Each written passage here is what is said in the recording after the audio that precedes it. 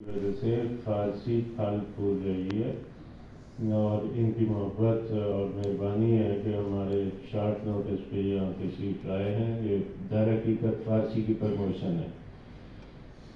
طریقہ کار یہ ہوتا ہے کہ جب بھی کوئی اسٹوڈنٹ اپنا پی ایچ ڈی کا مقالہ لکھتا ہے تو وہ مقالہ بھیجا جاتا ہے بیرون ملک کسی ایسے ملک میں جہاں فارسی کے غیر جانبدار.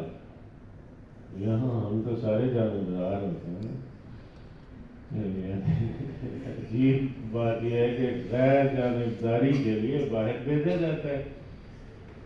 اچھا ہے ویسے تو ٹھیک ہے کہ باہر سے جس ملک کی زبان ہے یعنی ایران بھیجا گیا ان کا مقالہ اور وہاں کے 2 ممتاز پروفیسرز نے ان کے متعلق بڑی زبردست رائے بھیجی. اس نے اپروو کرنا ہوتا ہے ان 2 کی آراء نے کہ کیا اس شخص کو اس بنیاد پر جو کچھ ہمیں بھیجا گیا ہے اس کی بنیاد پہ اسے ڈگری دی جائے یا اسے ڈگری نہ دی جائے. اگر نہ دی جائے تو ایک صورت تو یہ ہے کہ یہ موضوع ہی بیکار ہے اور اس پہ کام اتنا برا ہے کہ آپ اس کو کالعدم نہیں سمجھیں. دوسری صورت یہ ہوتی ہے کہ وہ کچھ ترامیم تجویز کرتے ہیں کہ جی ٹھیک ہے موضوع اچھا ہے کام اچھا ہوا ہے لیکن اس میں یہ ترامیم اضافہ